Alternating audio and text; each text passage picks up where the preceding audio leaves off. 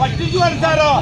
Modi sir, Chandrababu Naidu sir, Pawan Kalyan sir, ఏ ప్రభుత్వం అయినా రైతులు పట్టించుకోండి సార్, పట్టించుకోండి సార్. లేకపోతే మీకు కాపాడలేదు సార్.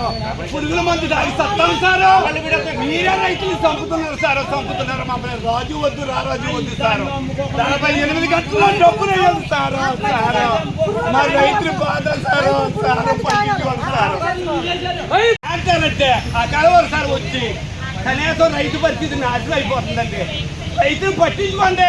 రైతుని రాజు వద్దు, రాజు వద్దండి.